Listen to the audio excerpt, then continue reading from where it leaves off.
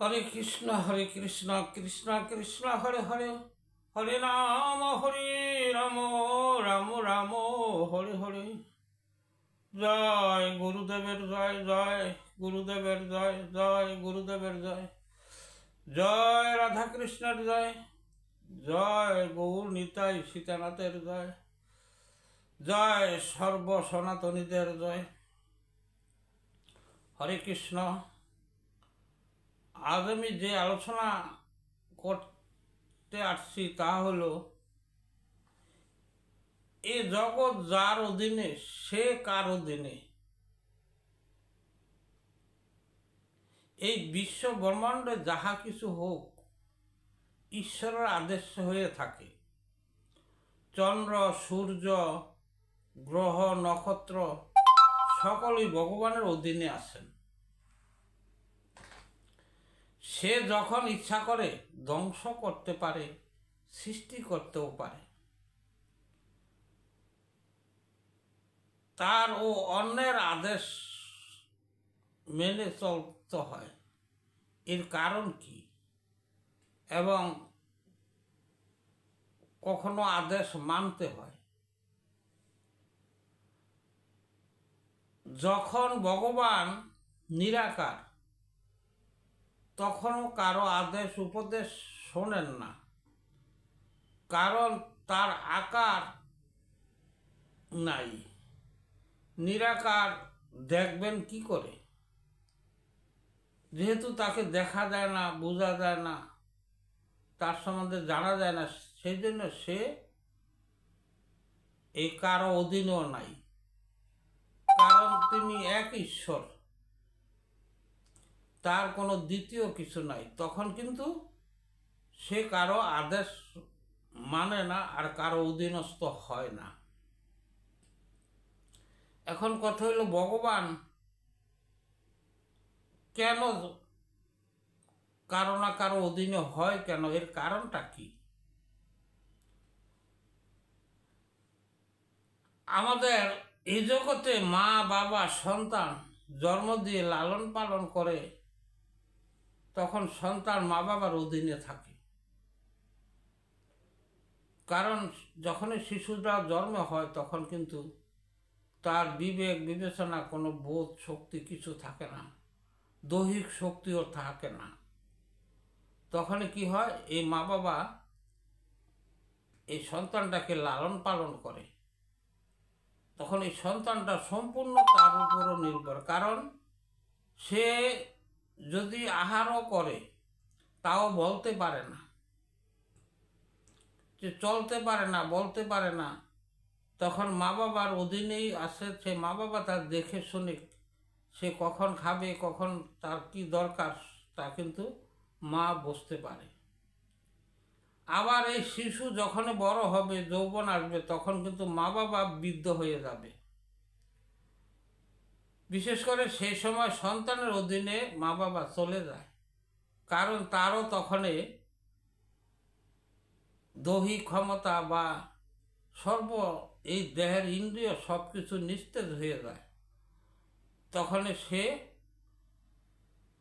সন্তানের অধীনস্থ হয়ে যায়, কারণ তার কোনো সেই ধারণ চালন এবং যে কোনো শরীর শারীরিক মানসিক সব কিছু তার দুর্বল হয়ে আসে।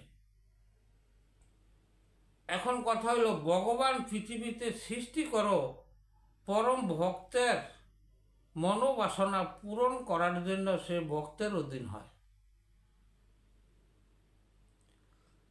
তাই এই ত্রিজগৎ যিনি সৃষ্টি করেছেন বা এই বিশ্ব ব্রহ্মাণ্ড যার অধীনে, সেও কি হয়, পরম ভক্তের অধীনে হয়ে যায়। কিরকম? যেমন ভগবান রামচন্দ্র মায়ের আদেশে 14 বছর বনবাসী হয়েছেন, কারণ তা মা বাবার সেও অধীনস্থ ছিল। পরমেশ্বর শ্রীকৃষ্ণ পিতার আদেশে পিতার পাদুকা মাথায় নিতেন, কারণ সেই ভগবানও তার পিতামাতার অধীনে চলে গেছে। আবার মহাপ্রভু মায়ের আদেশে বিবাহ করেছেন, কারণ এর কারণটা কি? ভগবান যখনই পৃথিবীতে আসার সময় ভগবান শুধু এইভাবে নেমে আসতে পারে না, মনুষ্য রূপ ধারণ করে সে আসে। ভগবান কিন্তু এইভাবে যে হাইটে আইসা পড়লো এরকম না, একটা মাধ্যমের প্রয়োজন হবে। এই মা বাবার মাধ্যমে সে কিন্তু আসতে হয়, তারও আসতে হয়। কারণ এই পৃথিবীর যে আইন, যারে আসতে হবে, এই পিতামাতার মাধ্যমে আসতে হয়। তাই ভগবানও তাদের মাধ্যমে আসে। তো ভগবানে আসে যে আমরা কিন্তু ওইখানে গেলাম না, কারণ এর আশাটা আর আমাদের আশাটা কিন্তু এক না। সে কিন্তু আপন ইচ্ছায় আসে, এবং সে যে জন্ম হয়েছে শুধু একটা উপলক্ষ দেখানো হয়। আসলে ভগবান কারো পেটে জন্ম হয় না। যাই হোক, কিন্তু এই জীবকে দেখানোর জন্য এই মা বাবার প্রয়োজনই আছে। তাই এই পৃথিবীর আইন তারও মেনে চলতে হয়, যে এইখানে আসতে হলে মা বাবার মাধ্যমে আসতে হবে। এই আইন ভগবানও মানে। তাই যখনই তাদের মধ্যে আসতে হয়, তখন পিতামাতার কর্তব্য তাদেরকে, তাদের অধীনে থাকা একটা কর্তব্য জিনিস। শিশু বয়সে তখন কিন্তু সে আদেশ সেও পালন করছে, সেই ভগবানও কিন্তু এই পিতামাতার আদেশে পালন করত, সে তাদের অধীনে ছিল। এর কারণ হইল পিতামাতা যখন এই আদেশ শোনে, এই পিতা মাতা যে আসছে তারা কিন্তু ভগবান না, এরা এমনই পরম ভক্ত, তারা ভগবানকে উপাসনা করে তাদের পিতামাতা হয়ে আসে। কিন্তু ভক্তরূপে সেই ভক্তের মনোবাসনা পূর্ণ করার জন্য তাদেরকে মা বাবা বলে ডাকতে হয়। তাই তাদের ঘরে এসে ভগবান জন্ম নেয়। এই জগতে সকলেই কারো না কারো অধীনে আছে। যে কোনো কর্ম করলে বা চাকরি করলে তারও একজন অধীনে থেকে কিন্তু কর্ম করা হয়। এই দেশে এমনকি যদি দেশে বসবাস করতে হয় তাও একজনের অধীনে থাকতে হয়। এই দেশের শাসনকর্তা বা দেশ যার দ্বারা পরিচালিত এই রাজার মাধ্যমে এই রাজার অধীনেও চলতে হয়। তবে এই যে অধীনের কথা বলছি, এই অধীনের মধ্যেই একজনের অধীনে চলতেই হবে। তাই আমাদের আজকের আলোচনা ছিল যে এ জগৎ যার অধীনে সে আবার কার অধীনে। ভগবান আসলে ভগবান যখন সাকার রূপে আসে ভক্তের মনোবাসনা পূরণ করার জন্য, সে ভক্তের অধীনেই সে আসে। এমনকি মা বাবা ছাড়াও এমন ভক্ত আছে ভগবানের ভজন করতে করতে ভগবানকে ঋণী করে ফেলে। যে ভগবানের কাছে ভজন করে সে তার কাছে কিছু বিনিময় চায় না, তখনই ভগবান ঋণী হয়।